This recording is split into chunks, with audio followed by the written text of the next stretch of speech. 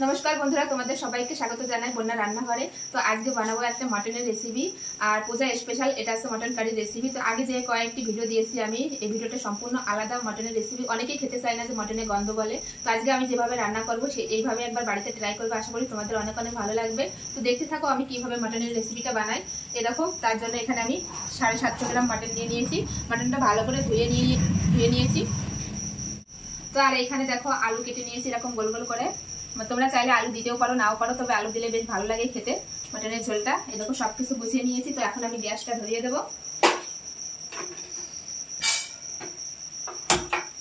কড়াই গরম হয়ে গেছে, এবার দিয়ে দেব তেল। প্রথমে কিন্তু আলুগুলো ভেজে নেব। তেল গরম হয়ে গেছে, এখন আলুগুলো ভেজে নেব।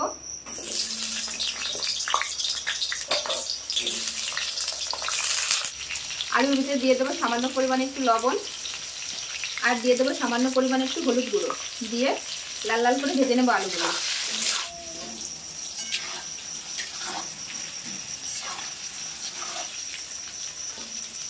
তো দেখো আলুগুলো প্রায় লাল লাল করে ভেজে নিয়েছি, আর একটু ভাজা করব, তবে খেতে ভালো লাগবে একটু বেশি ভাজা হলে। এরকম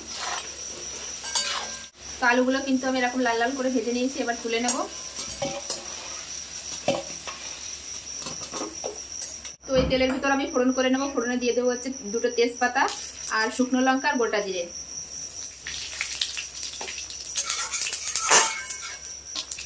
ফোড়ন ভাজা হয়ে গেছে, এবার দিয়ে দেবো পেঁয়াজ কুচি। তো পেঁয়াজটা আমি কিন্তু লাল লাল করে ভেজে নেব। পেঁয়াজটা দেখো আমি লাল লাল করে ভেজে নিয়েছি, এবার ধুয়ে রাখা মাটনটা দিয়ে দেবো এর ভিতর।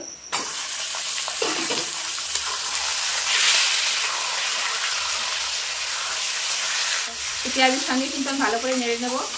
এইভাবে রান্না করলে কিন্তু এই যে কাঁচা গন্ধটা কিন্তু চলে যাবে, অতটা থাকবে না গন্ধটা। তো দেখো কালারটা চেঞ্জ হয়ে গেছে, আমি একটু ভেজে দিয়েছি। এবার সব মশলা দেবো, বাকি মশলাগুলো দিয়ে দেবো। কিছু মশলা এখানে রয়েছে রসুন বাটা, দিয়ে দেবো আদা বাটা, কাঁচা লঙ্কা বাটা, এখানে রয়েছে জিরে ধনে আর হচ্ছে গোলমরিচ বাটা। সব মশলা দিয়ে এবার সুন্দর করে কষাবো যাতে কাঁচা গন্ধটা চলে যায়। আদা রসুনের কাঁচা গন্ধটা চলে গেছে, এবার কিছু গুঁড়ো মশলা অ্যাড করব। প্রথমে দিয়ে দেবো হচ্ছে 1/2 চামচ হলুদ গুঁড়ো, দিয়ে দেবো কাশ্মীরি লঙ্কার গুঁড়ো 1/2 চামচ, অনুযায়ী লবণ।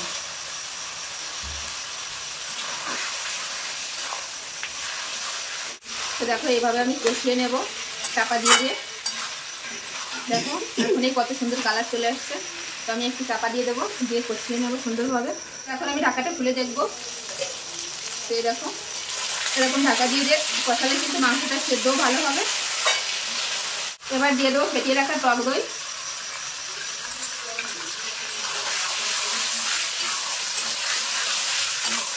তো দেখো আমি সুন্দরভাবে কিন্তু কষিয়ে নিয়েছি। দেখো আর তেলও ছেড়ে দিয়েছে। তার সামান্য একটু কষাবো। খাসির মাংস যত কষানো ভালো হবে ততই কিন্তু খেতে ভালো লাগবে, আর কষানোটাই হচ্ছে মেন। তো দেখো মাংসটা কিন্তু খুব ভালোভাবে আমি কষিয়ে নিয়েছি। এই দেখো এবার দিয়ে দেবো জল।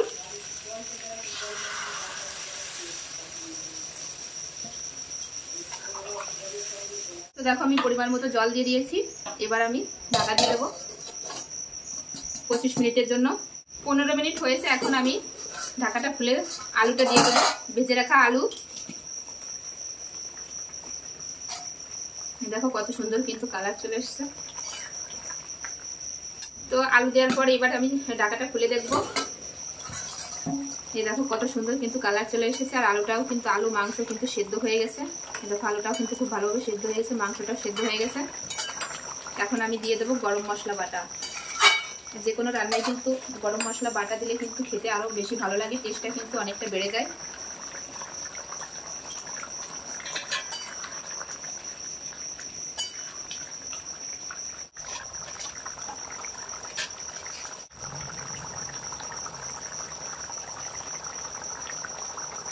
দেখো আমার মাটন কারিটা কিন্তু একদম রেডি। দেখো কত সুন্দর কালার এসেছে। দেখো তো তোমরাও চাইলে বাড়িতে একবার এভাবে বানিয়ে খেয়ে দেখবে, অনেক অনেক ভালো লাগবে। তো এখন আমি গ্যাসটা বন্ধ করে দেবো। পূজা স্পেশাল মাটন কারি একদম রেডি।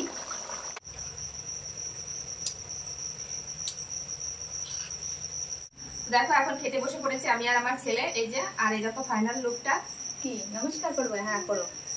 এই দেখো খুব সহজভাবে কিন্তু তোমরা বাড়িতে বানিয়ে নিতে পারবে এই মাটন কারি রেসিপিটা। সামনেই তো দুর্গাপুজো।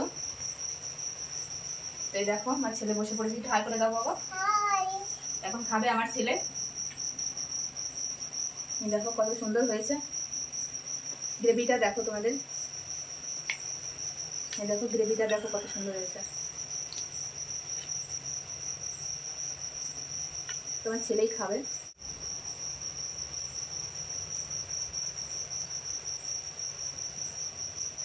আলুটা কিন্তু খুব সুন্দর বলেছে, মাংসটাও খুব সুন্দর বলেছে।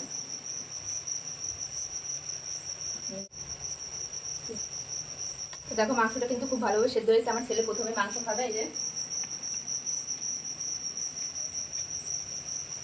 যদি এরকম গরম গরম ভাত থাকে, সাদা ভাত, আর কিছুই লাগবে না বন্ধুরা। ভাত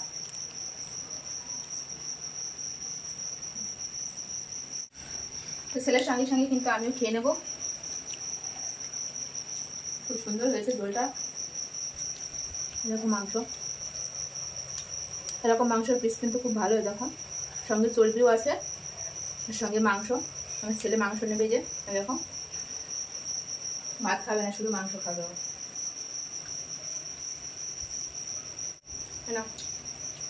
মাংস শুধু মাংস নেবে। কেমন হয়েছে? ভালো?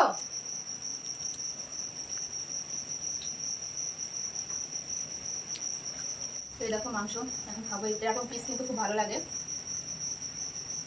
এটা আমার ছেলে নিয়ে নিল। দেখো পিসটা দেখো। আজকের এই মাটন কারি রেসিপিটা কেমন লাগলো অবশ্যই কমেন্টে জানাবে বন্ধুরা। এরকম ভাবে তোমরাও বাড়িতে একবার বানিয়ে খেয়ে দেখবে, আশা করি তোমাদের অনেক অনেক ভালো লাগবে। এরকম একদম কোনো রকম গন্ধ এতে নেই। মাংস অনেকে খেতে চায় না, যে খাসির মাংস গন্ধ কয়, তো এরকম ভাবে রান্না করলে কিন্তু কোনো রকম তোমরা গন্ধ পাবে না।